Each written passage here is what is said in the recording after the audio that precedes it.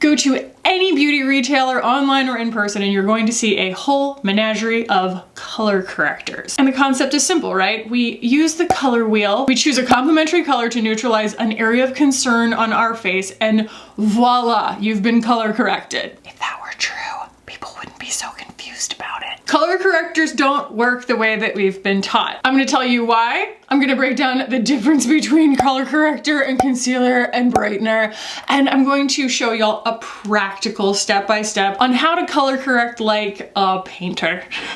Not like we've been taught by YouTube. If you're new here, I'm Kackie. I have a degree in painting as well as a cosmetology license that's now defunct, but I was a hairdresser for a very long time. This is one of my sort of color theory or art math curriculum videos. If you are not familiar with this series, there's always a playlist of them. I will include that down below as well as a card at the end of the video. If those things sound good to you, then subscribe while you're here. Let's go ahead and jump into demystifying this weirdly mysterious product. So, why is the color wheel not the answer? It is correct that to neutralize green, you would use red. To neutralize blue, you would use orange. To neutralize purple, you would use yellow, or vice versa. On the light spectrum, okay? We're talking about a visual spectrum on our skin, and guess what happens when you mix blue and orange, red and green, purple and yellow? You get gray.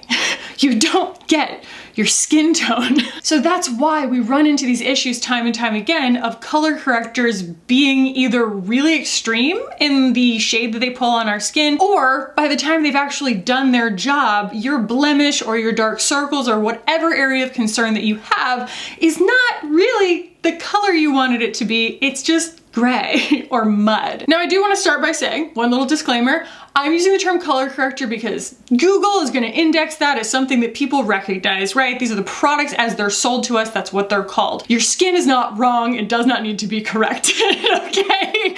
I've got blemishes.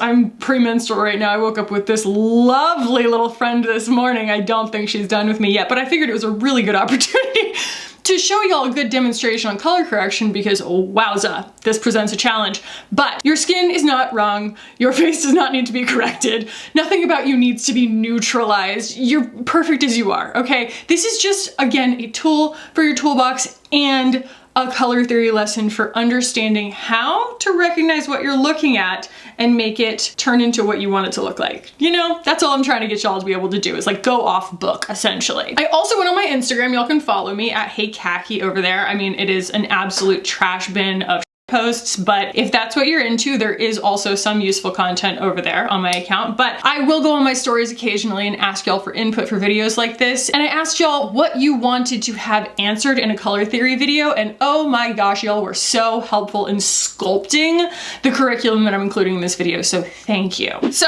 first and foremost, what is a color corrector, okay? If you're totally unfamiliar with the idea, like I went ahead and got this little Stila palette just so that I could show y'all this.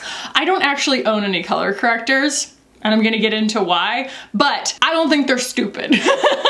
And I don't think that people who use them are wrong, okay? It's just that there are use cases for them, and then there are use cases where it's like something else would probably work better. So the descriptions on each of these shades, I can read them as you look at them. It says peach cream neutralizes blue and purple under eye circles and discoloration on light and medium skin tones. Hello, Patreon. Pink cream brightens and highlights on, wow, that's hard to read, light and medium skin tones. The yellow cream over there, oh my god, it's so hard to read, minimizes dullness, dark spots, and neutralizes mild redness, medium, deep skin tones. The green cream neutralizes redness from rosacea, acne, broken capillaries for light and medium skin tones. We will get into that. And the orange cream neutralizes discoloration, hyperpigmentation, dark spots, and tattoos on medium, deep skin tones. Then we have the yellow mattifying powder. I literally can't read that. And lavender mattifying setting powder as well. So yellow, lavender, opposites, you get the picture. So we'll get into why different formulas and things like that matter, but those are the basics. Now, we kind of end up in this crossover territory sometimes where we go, isn't that a concealer and isn't that a brightener? Yes, you're not wrong. So I am going to ask y'all to do what I always ask y'all to do, and that is to step back from what the company says it is and think of it more as just a medium that you are going to be able to use based on the color, based on the opacity, based on the saturation, based on the formula and the finish. Those are the things that we're going to be thinking about today, not what the company says that it does. So yes, this is also a set of brighteners. I love this little thing, but also every company and their dog makes one of these. Okay, brighteners are incredible. I love them. I prefer the oily, creamy ones, but I also have super dry skin. So again, we're bearing in mind what the actual formula feels like, not just like, that's a brightener and I need a brightener. It's like, okay, do you need something that's castor oil based? You know, I do, but not everyone does. And then we have things like concealers, right? And I pulled a ton of different concealers today because they all have different undertones. And again, we're not thinking of this as these are all concealers and they're supposed to match my skin tone. We're thinking about them in terms of like, where do they fit on a spectrum of like colors that I want to use? It's just a paint palette. Now, the idea of color correction can go two ways. There's mixing a color corrector in to create a new version of a color. That's like for people who have really difficult skin tones to match, like a very pale olive or something. A lot of times there are just not your shade in different foundation formulas. There's just not a big selection out there. And so it is easier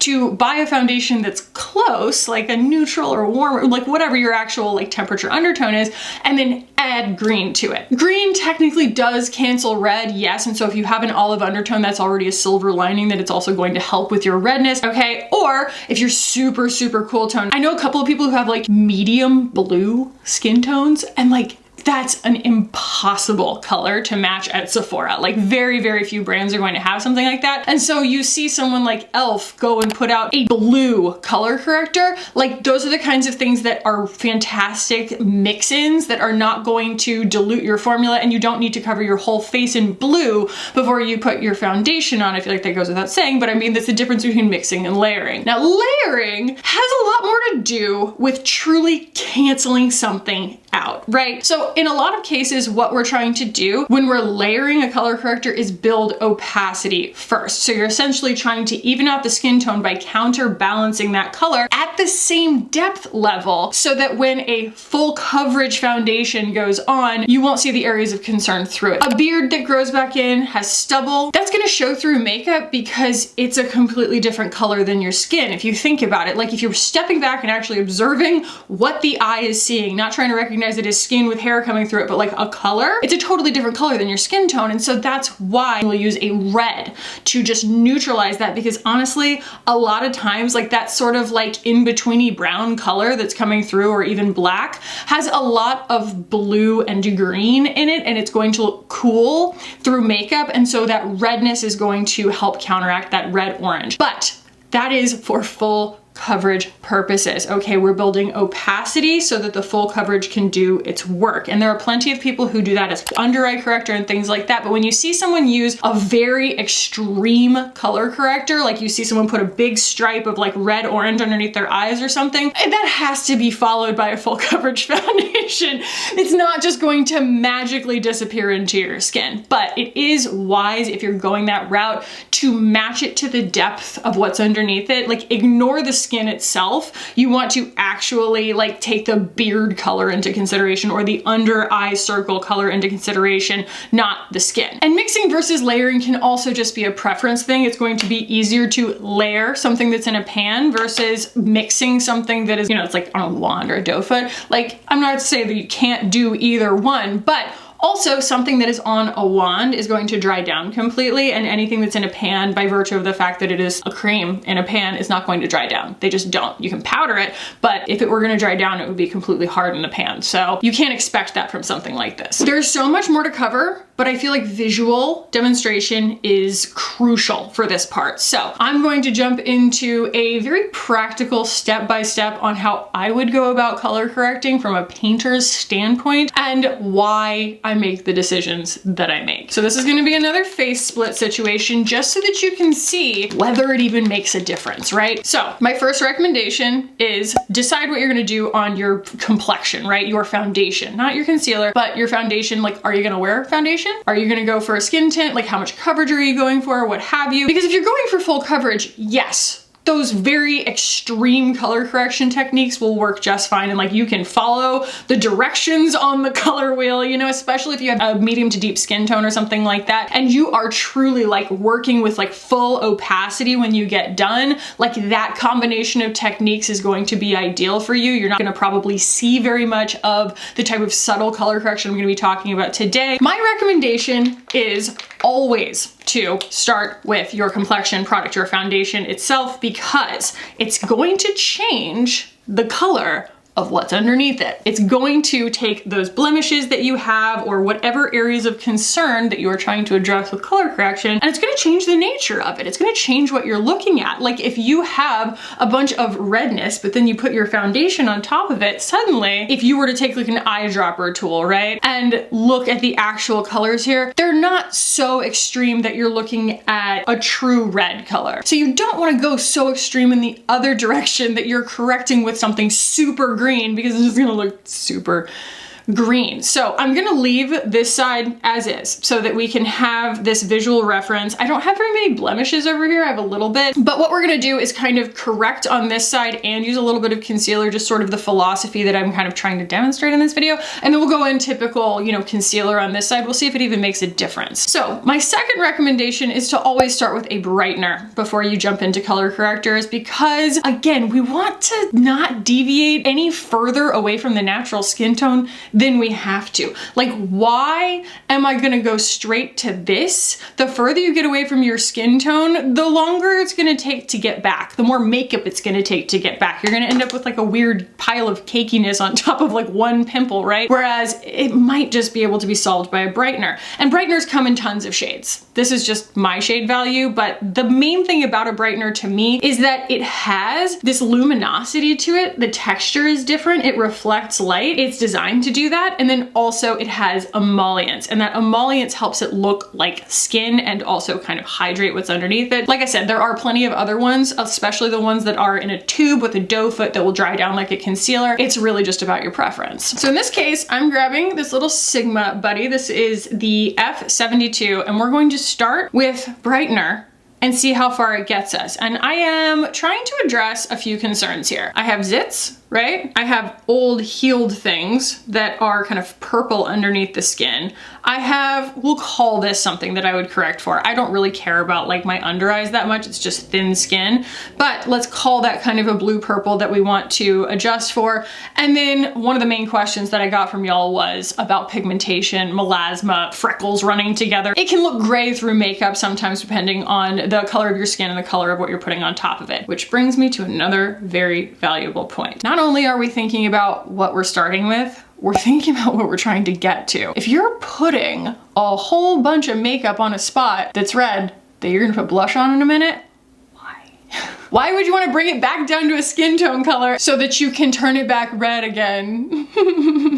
It might behoove you to wait all the way till the end of your routine, especially if you're using things that you're putting on with your fingers that kind of stay movable. It might behoove you to wait till the end of your entire makeup routine before you decide to actually color correct, because you might find that putting blush on top of an area of concern just solved the problem in and of itself. It's like we don't need to bleach hair all the way to white to take it from brown to like light brown, right? We just need to take it from brown to light brown. So let's just see what happens if I'll use this kind of in like the more translucent areas, the lighter shade, and then this slightly deeper shade where there's gonna be like bronzer and blush and stuff. So it is a peachy pink color and it is luminous, right?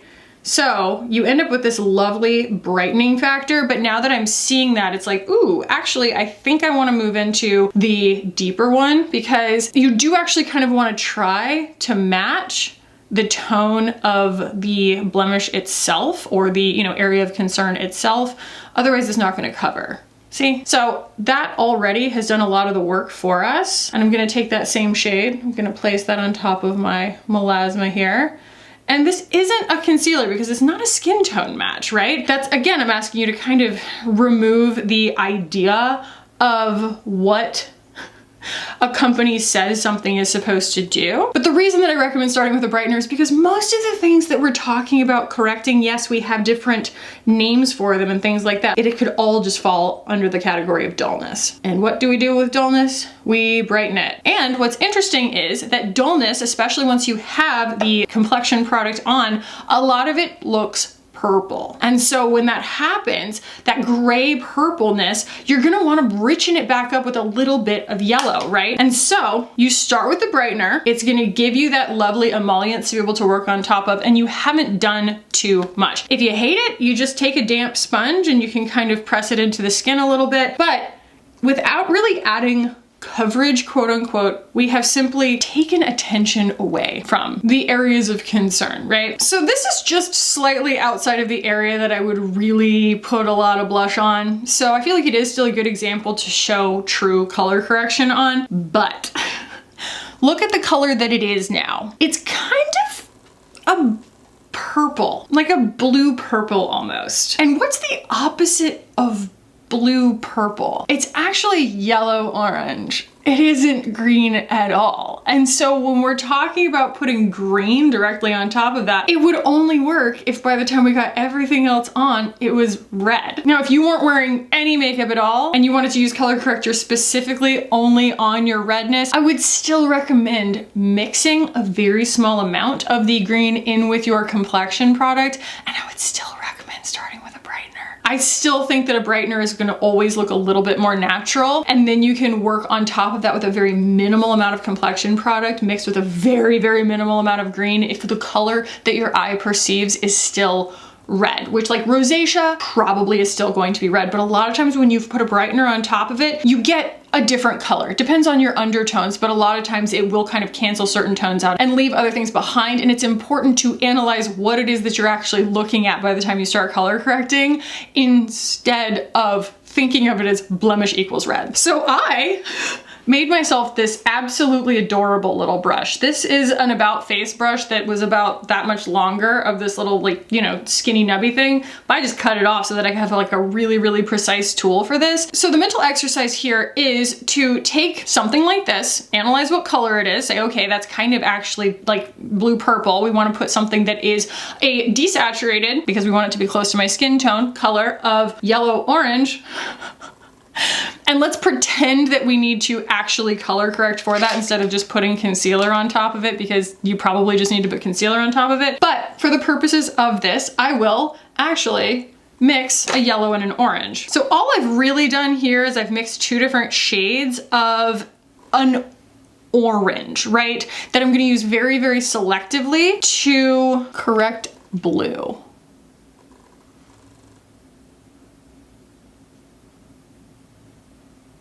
Because if I were to just throw green on top of that, what would you get? Purple plus green? A weird gray. So I can even just use my finger for this. And what I'm doing is I am using a little bit of the deeper peach underneath and then topping with a little bit more of the kind of lighter peach. And already we are in a lot more neutral territory. Neutral being my skin tone, not gray. Now, if you're looking at that and you're like, I can still see that, it's less about color and more about topography, okay? Because that is a hill on my face right now. And so we almost want to do, I've seen this on Lisa Eldridge's channel too, but like a reverse contouring technique here. And that is that as something is so contoured, you want to like build a brightness around it so that it gives the illusion that that part is sort of shrunken down. But do I need a color corrector to do that? No, I probably at this point just need a yellow-ish concealer, okay? Because look at this, like that is a very yellow concealer. And it is so close to my skin tone. What we're trying to do is solve the issue with color correction, yes, but we're trying to solve the issue with as few standard deviations from your actual skin tone as possible. Like you don't want to take it all the way to like the opposite end of the spectrum if you don't have to. So my little friend here, dip it in that Gucci. By the way, that shade was 14N. It is, you know, the neutral fair, but it is yellower than all the other neutrals that I have. And we're going to contour kind of around it with this tiny little brush. And I might even add a little bit more of just a touch, you know, just a touch of that kind of peachy orange and mix it in there so that that warmth really gets the chance to overcome the blueness, right? And I'm not really putting it directly on top of the spot itself. I'm gonna let it chill there for a second and then I'll blend it. But we can do it on some other spots too that like look blue underneath the skin. And your eye will start to recognize these things because, you know, I can go in with like a bigger brush now and go in for other spots that sort of appear blue, right? Like here, because we've made this custom shade now that has both my complexion color built into it and also the like yellow orange that we need to counteract the unfavorable tones, my, you know, my veins showing through my skin and things like that. And like I said, in a second, we're gonna go in with just concealer on the other side and we'll see if it even makes a difference. Okay, that's had a chance to sort of dry a little bit. I wanna take something soft and just sort of feather the edges on that. This is sort of, you know, the pinpoint concealing type thing as well. And now what you're seeing is, again, just the light hitting it, and we're all paying attention to it too, right? But the best thing to do there is to stop the light from hitting it. With a little bit of skin tone colored powder. It's gonna add coverage and it's going to stop pulling focus because anything that's mattified is going to absorb light a little bit more than the rest of your skin, and you can use that to your advantage. But now that we've done all of these things, yes, this was a very in-depth demonstration. I did borrow a lot of that from like a Lisa Eldridge tutorial that I watched years and years ago. But the main thing is to just analyze what you're looking at versus kind of what you think of it as in your head. So I am going to go in with just a little bit of concealer here because anything that would need to be color corrected right now is kind of a soft purple, and we're going to counteract that with a soft yellow orange, you know? And so that's why it's kind of interesting to take a step back and look at the colors that you're actually using when you're color correcting, because you're like, okay, so I'm gonna mix myself kind of this like pale white or, you know, desaturated or whatever version of like a yellow orange, because that's what's going to like cover the blemish and counteract the color underneath the skin and stuff like that. And you're like, wait, why am I mixing this when that's already the color of my stinking concealer? You know? Now, let's say, for the sake of demonstration here, that you do just have a red dot, right? Take all the makeup off of it, piss it off a little bit, right? This is like a healing zit. She's red, okay? And we want to put green color corrector on it because we want to counteract it. Or I want to do it like, you know, around my nose or something like that. I'm telling y'all, it's so much less than you think. It's very much like, as a painter, like I said, you want to start with what you're mixing into, a great amount of it, and then use the tiniest amount of that green because it's going to be pretty powerful, and you can always add more green and mix a version of it that the green is almost undetectable. Do you see that? I've just mixed a little bit of green into it, and all it's done is slightly change the opacity and the undertone of that particular swatch of concealer, and it's gonna do a better job of neutralizing that red. But that, to me, is the purpose of color corrector. Not the, you know, taste the rainbow across your face before you put your makeup on in the morning. You're not doing your makeup wrong if that's not what you're doing. So we have ended up with, obviously, like more coverage and stuff like that, because you just is gonna be coverage, like it just is. If you wanted to be like barefaced, or if you're just like a non-makeup wearer, they do make like green color correctors that are translucent, or I love this stuff. This is the Tiger Grass Color Correcting Treatment from Dr. Jart, and it's really cool because it changes colors. I don't know how this would work on deep skin tones because it is so rich with titanium dioxide, right? Titanium dioxide? Yes, and zinc oxide. So it is a sunscreen, it's a mineral SPF, and they really make no bones about it, so it is going to add some coverage, but basically the longer that you blend it, the more beige it gets, but it does a really good job of maintaining just enough of the green undertone. It's a fantastic product. it also helps with any irritation. And so any inflammation that you have on your skin is going to benefit also from the Centella asiatica that's in there, which is a really lovely kind of anti-inflammation ingredient. So this is a product that I highly recommend. You barely need any of it, and I wouldn't use it as your main sunscreen, because if you used it as your main sunscreen, you'd be able to see way too much of it. But it's a fantastic kind of subtle green color corrector when you don't really want to wear anything else. Okay. So I'm going to just go in with my hourglass on this side, and let's see if we can even see a difference. I think you can see a difference. I even made an attempt to cover the freckles with the concealer, and you can see that the color correction over here did help to kind of neutralize a little bit, especially where the sun hits me right on the top of my cheeks, more so than we're getting right here. And I think that that's actually really valuable, because I've talked in the past about how when you get your concealer, your foundation, your powder, your blush, your bronzer, maybe even your highlighter on, this particular part of your skin has all of it on there, all of it, okay? It's like the one rare part of your face that like has every single layer of everything on it, and all those colors together won't look true, they'll just look muddy, and so it actually helps to add that little bit of opacity right there, but I think it can be accomplished with a brightener. And honestly, I think once you hit this with a little bit of powder on both sides,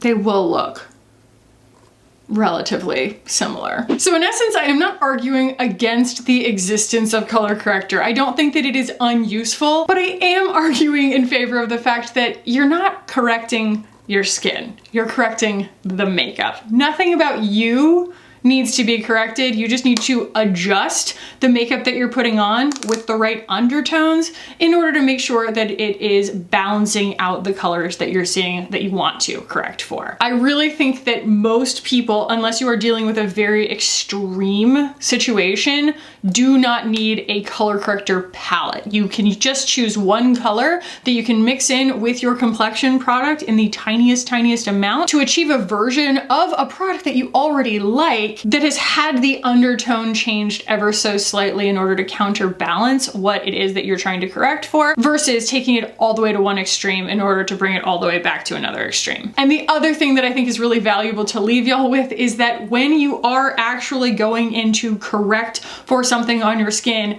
look at it. Because once you have other products on your skin, or sometimes just based on your perception versus what you're actually seeing with your eyes, the color that you're correcting for might not be what you think it is at all. It might not be red. So if it's purple and you're adding green, it's gonna end up with a lot more blue on there than you wanted, and you're gonna end up with a little gray patch. And also, bear in mind, we are always having to take into consideration our skin tone in combination with the color correction itself. We are not just going to neutralize purple with yellow, we're going to neutralize purple with a yellower version of our complexion color. We're not just going to neutralize red with green, we're going to neutralize red with a greener version of our complexion color.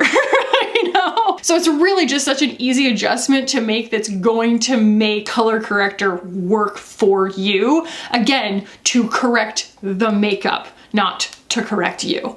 So what are your thoughts? Are you a color blocking queen where you are literally putting very extreme tones on your face to counteract certain things and then applying full coverage foundation on the top? There are so many channels out there that are going to show you really amazing ways to do that. I am not an expert in that. I am truly just approaching this as a painter and how to get it done in the least extreme steps possible. So I hope that that was helpful. If y'all liked this, please do give the video a thumbs up. If you're new here and this was fascinating to you, make sure you check out the playlist of the rest of my color theory art math videos, and I hope you'll subscribe while you're here. I will stick the playlist up here as well as promised, and I love y'all so much, and I will see you in the next one.